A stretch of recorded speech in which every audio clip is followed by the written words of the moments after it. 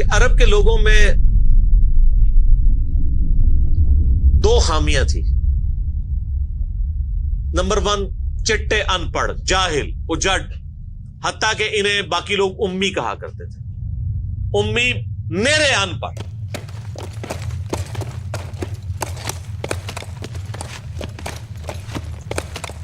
دوسری خامی تھی کہ یہ لوگ آپس میں لڑتے رہتے تھے،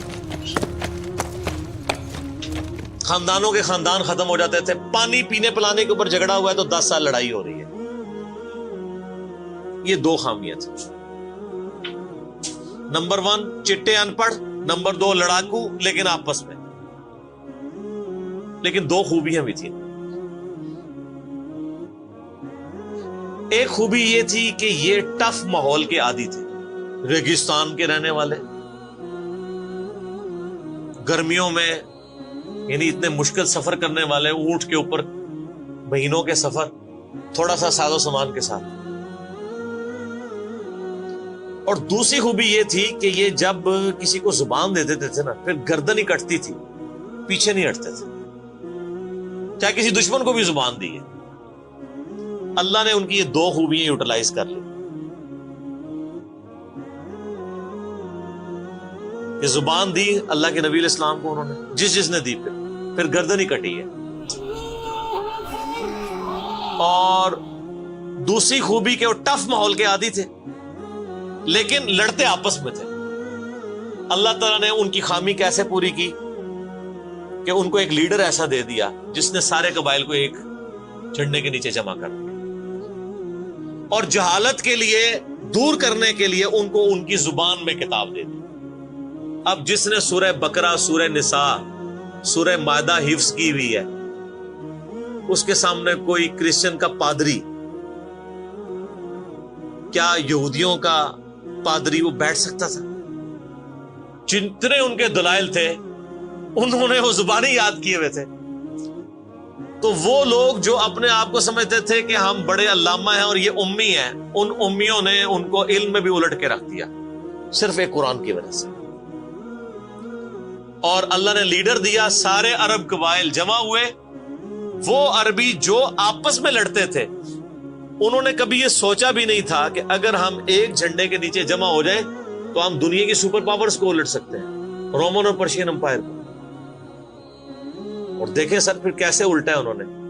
ود ان 17 ایئرز ہر چیز اڑا کے رکھ دی ہے. صدیوں کی سلطنتیں، لاکھوں کی ریزروڈ آرمیز رومن اور پرشینز کی پوری دنیا پہ حکومتیں کر رہی ہیں، جدید اسلحہ ہے. اور ادھر یہ بدو ہیں جن کے پاس اونٹ ہیں، گھوڑے ہیں، تلواریں ہیں. نہ منجنیق انہوں نے کبھی دیکھی، نہ ان کے پاس اس طرح کے ہاتھی بڑے بڑے جو پرشینز کے پاس تھے. بس چل پڑے، کلمہ پڑے اور نکل کھڑے ہوئے. پھر دنیا نے دیکھا کہ ہر چیز کو الٹ کے رکھ دیا، انہی کے اسلحے ان سے چھین کے انہی کو الٹ دیا. وہ ساری کی ساری بجلی کس نے بھری تھی ان کے اندر؟ اس کتاب میں.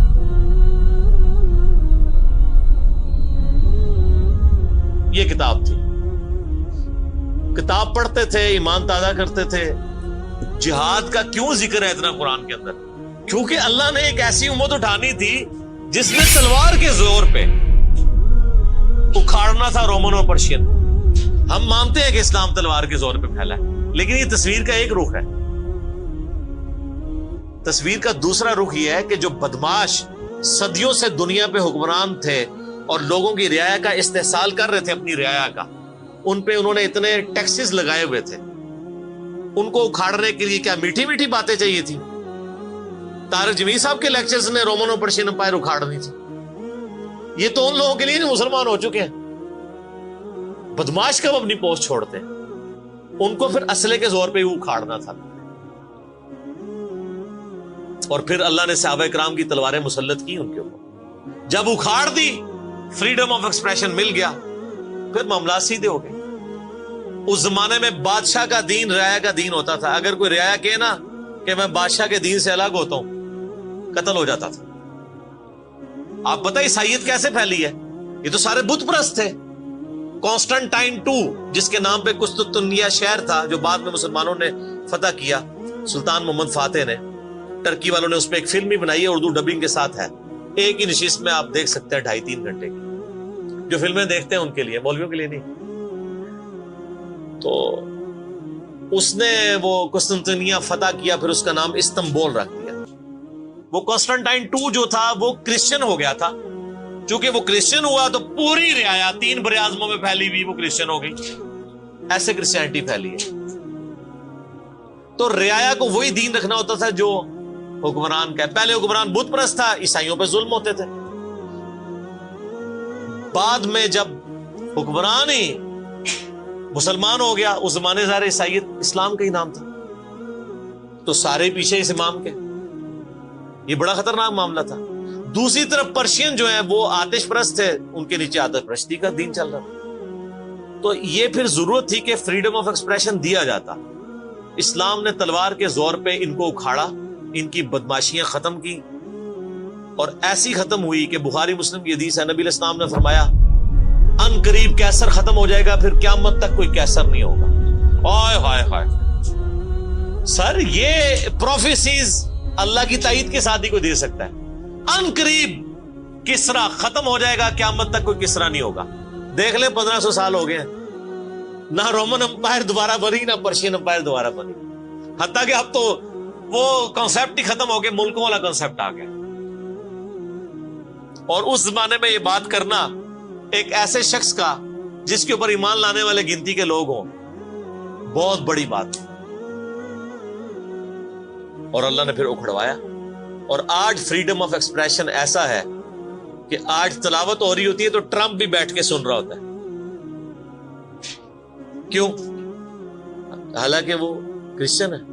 فریڈم آف ایکسپریشن آ گیا. آپ جائیں امریکہ میں، آپ کسی مارکیٹ میں مسلح ڈال کے نماز پڑھیں، کوئی آپ کو منع نہیں کرے گا. الٹا آپ کے ساتھ سیلفیاں بنا رہے ہوں گے کہ یہ کیا ہو رہا ہے. تو پہلے کوئی سوچ سکتا تھا کہ فرعون کے سامنے کوئی نماز پڑھتا؟ جادوگروں نے ذرا سی بات کی، ایمان لے کے آئے تو میں تمہیں سولی دے دوں.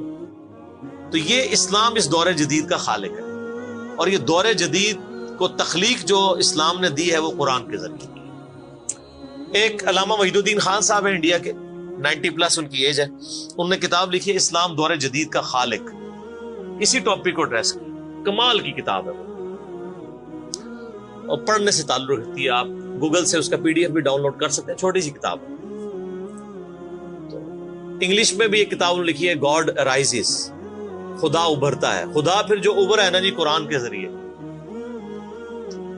خدا کو تو خیر مخلوق کی ضرورت نہیں ہے، لیکن مخلوقات نے جو تماشا بنایا ہوا تھا نا، اس تماشے کو ہمیشہ کے لیے اللہ تعالیٰ نے اپنے پیغمبر امام اعظم سیدنا و مولانا محمد رسول اللہ صلی اللہ علیہ وآلہ وسلم کے ذریعے شرک کا خاتمہ کر کے قیامت تک کے لیے جو دین اسٹیبلش کیا اس کتاب کے ذریعے. اب یہ کتاب قیامت تک نبی علیہ السلام کا معجزہ ہے. یہ کتاب ہے سر جس نے دنیا پلٹ دی. اور یہ وہ کتاب ہے جو ہم صرف اپنی بچی کو جب رخصت کرنے لگتے ہیں نیچے سے گزارتے ہیں، ٹھیک ہے، اور چوم کے غلاف میں رکھ دیتے ہیں. اس سے زیادہ اس قرآن کو ہم کوئی اہمیت نہیں دیتے.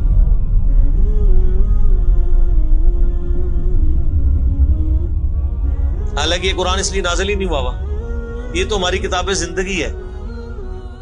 لیکن ماشاءاللہ ایسی سازش اسلام کے خلاف کی ہے، کافروں نے نہیں، مسلمانوں نے پوری نیک نیتی کے ساتھ جنازہ نکالا دین کا، اور ایک سلوگن دے دیا قرآن نہیں ڈائریکٹ پڑھنا گمراہ ہو جاؤ گے.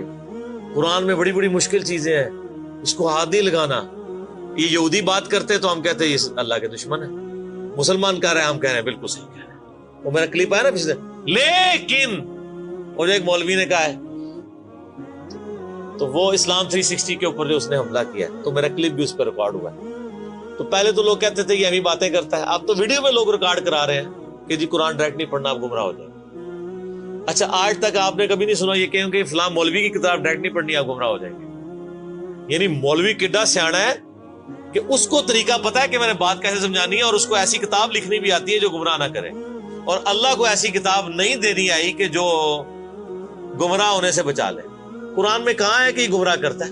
وہ تو اللہ نے ٹانٹ کیا کہ جو قرآن پہ ایمان نہیں لاتے وہ گمراہ ہوتے ہیں. جو ایمان لے ہیں اور بات مان لیں وہ کیسے گمراہ ہوں گے؟ یہ تو تعریف کی ہے انہوں نے.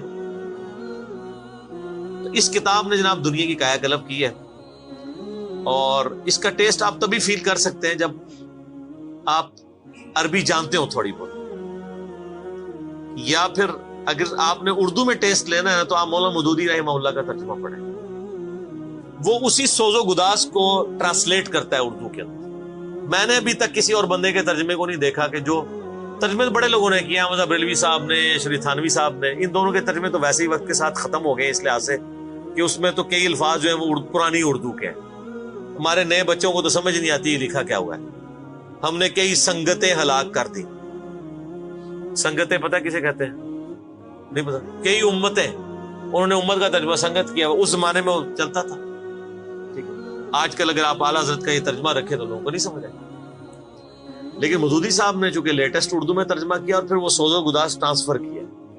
میرا چیلنج، آپ کوئی قرآن کی صورت نکالیں اپنی مرضی کی، باقی ساروں کے ترجمے رکھیں، پھر مودودی صاحب کا بھی پڑھیں، تو آپ کو لگے گا کہ آپ کا دل تیزی سے دھڑکنا شروع ہو گیا ہے۔ الفاظ کے چناؤ، پھر اس میں جو ردم ہے، اور وہ انہوں نے تفہیم القرآن کے مقدمے میں لکھا ہے کہ میں نے دیکھا ہے کہ ہمارا نوجوان قرآن ترجمے سے لے کے بیٹھتا بھی ہے نا تو بور ہو جاتا ہے، تو ان کا میں نے سمجھا کہ کیوں ہوتا ہے بور، کیونکہ وہ تو پڑھ رہے تھے اردو میں، اللہ نے تو قرآن نازل کیا عربی میں، عربی اس نے سیکھنی کوئی نہیں ہے، اور اردو نے جو ترجمہ کیا ہوا ہے وہ انہوں نے ترجمہ کیا ہوا ہے ایز اے اسٹوری بک۔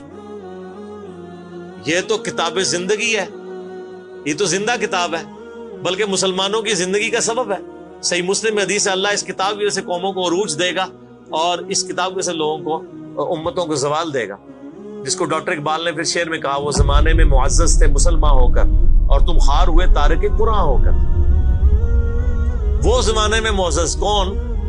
صحابہ، اہل بیت، تابعین، تبع تابعین، اور تم خار ہوئے کون؟ اسی، اور صرف اسی نہیں، ساڑھے بزرگ بھی۔